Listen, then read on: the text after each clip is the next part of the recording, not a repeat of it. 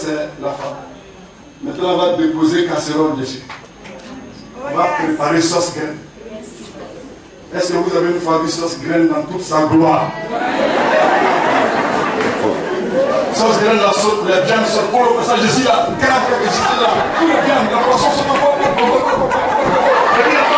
Les gens vont souffrir là-bas. Personne ne sort. C'est comme ça qu'il ne doit pas sortir de ce foyer.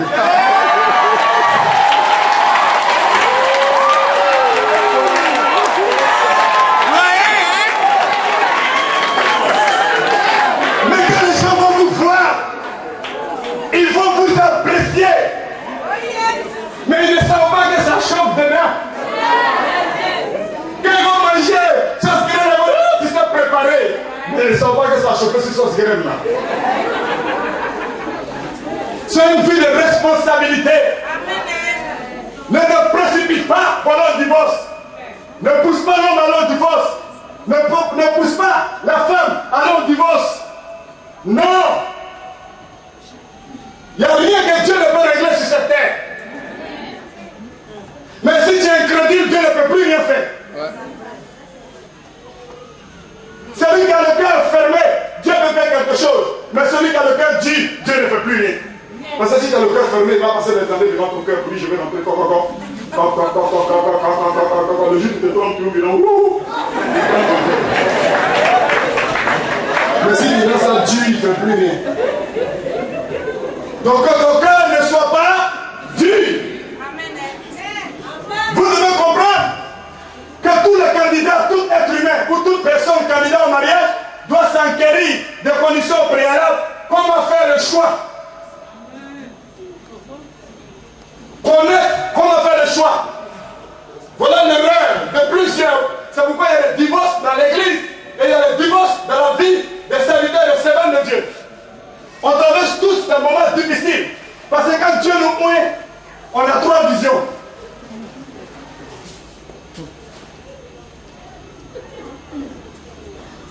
Quand Dieu mouille un jeune, normalement, il a trois visions. La première vision, c'est d'avoir une veste. Veste là-bas, rapidement. La deuxième vision, c'est d'avoir une grosse bille pour être différent des autres. La troisième vision, c'est d'avoir sa fiancée. Et puis là, on dit Bishop. Il dit voilà.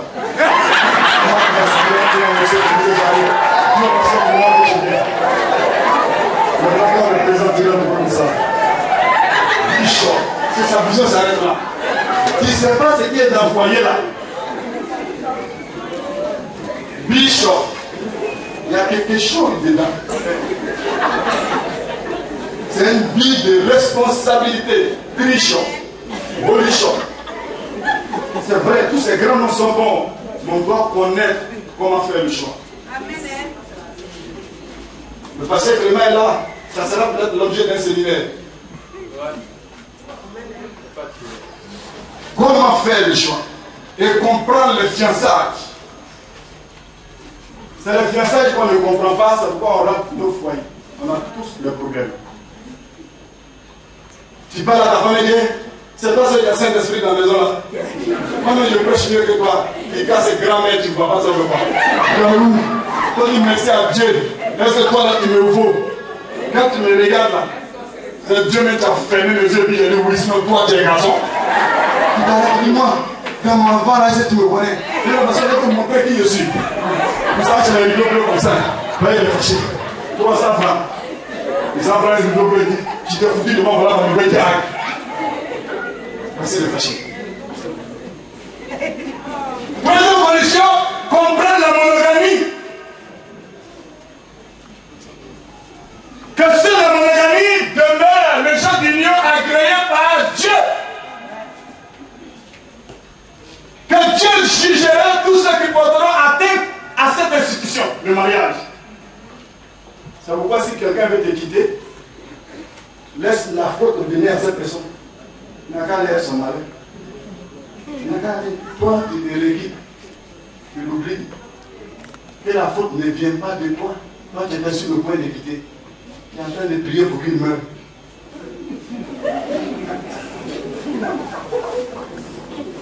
Il y a deux sortes de mariage. Il y a le mariage physique dont je vous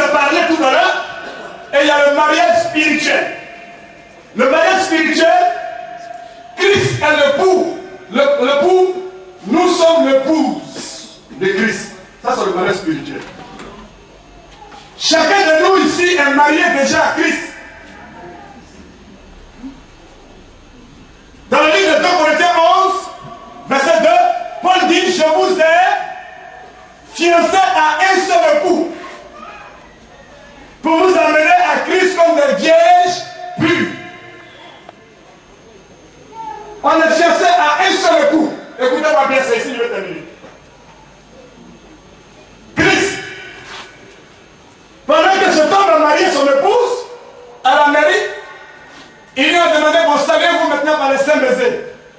C'est lui-même qui a enlevé le voile sur le visage de sa femme. C'est lui qui a enlevé le voile. Comme ça. Il a fait ça.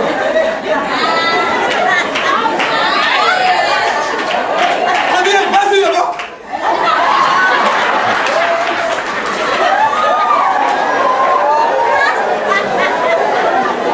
Il est rentré dans l'intimité avec sa femme, son époux. Quand nous rentrons dans l'intimité avec Christ, alors Christ déchire le voile entre nous et lui. C'est là que se trouve le mystère. Si tu n'es pas l'épouse de Christ, il n'y aura jamais de mystère qui vient de cet esprit. C'est pour cela que Paul dit, mon fils spirituel Timothée.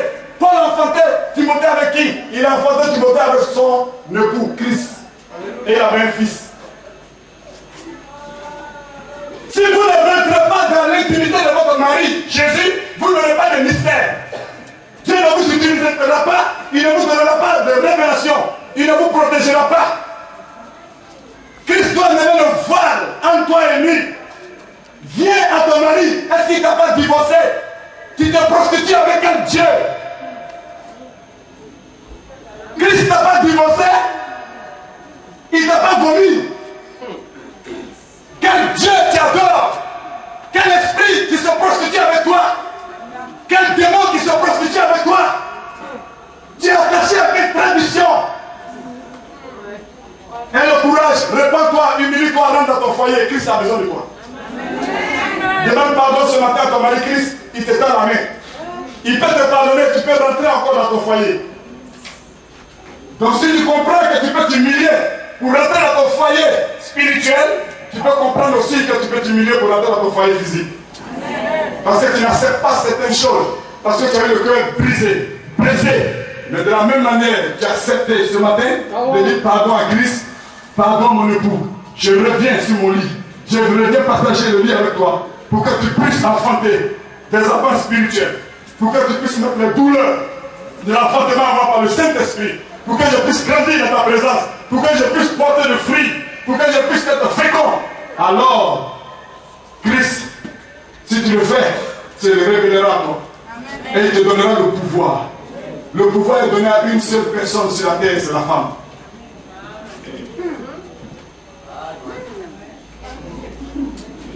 L'homme, la Bible dit, c'est la sueur de ton front. Mais la femme, je mettrai inimitié entre toi et le serpent, depuis le jardin d'Éden. Satan sait qu'entre toi et lui là, il y a un mur. Vous ne devez même pas vous voir. Si tu le vois, ramène-le derrière le mur. Je mettrai inimitié en toi. Tu vas la blesser le talon, même pas t'écraser la tête que tu prends pour réfléchir. C'est pourquoi dans le livre de Genèse, la Bible appelle la postérité de la femme qui écrase la tête du serpent. Est-ce que tu crois à ça? Amen. Dans le livre d'Exode, il est l'agneau de la délivrance. Dans le livre de Lévitique, il est le sacrifice expiatoire. Dans le livre de Nom, il est le rocher d'Israël, le serpent d'airain. Dans le livre de Deutéronome, il est la bénédiction personnifiée. Dans le livre de Josué, il est le chef de l'armée d'Israël. Dans le livre de Juges, il est le libérateur d'Israël. Dans le livre de Ruth, il est l'aigle du rachat. Dans le livre de 1 Samuel, il est la femme de David. Le Samuel, il est le puissant roi d'Israël. Un roi le présente comme le petit village d'Israël. Deux rois le présentent comme le ouïe d'Israël. Un chronique le présente comme le rejeton de la postérité de David. Deux chroniques le présentent comme le temple vivant d'Israël. Esdras le présente comme la pierre principale ensevelie. Néhémie le présente comme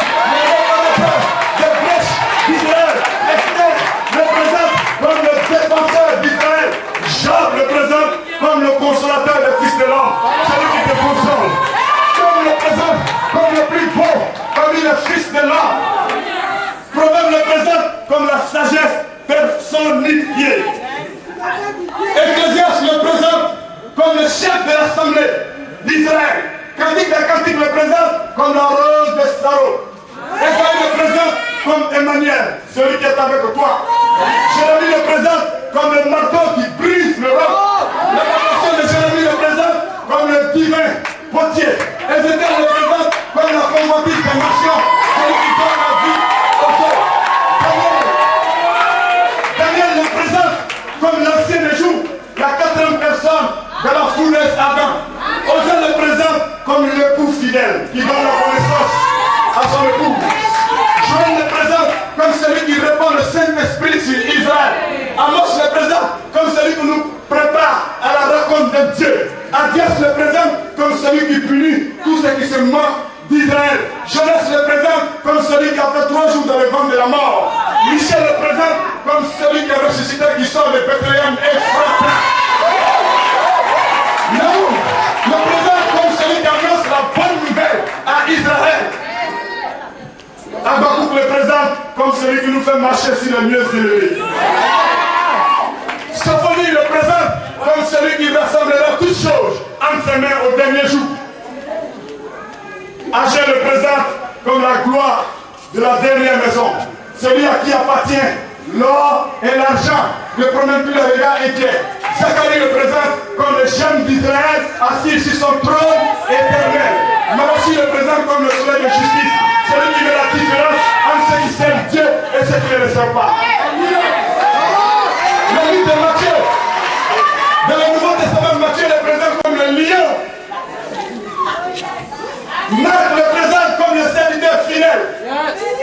Luc le présente comme l'homme parfait. Jean le présente comme l'aigle royal. Actes des apôtres le présente comme le Dieu ressuscité. Jésus-Christ est vivant.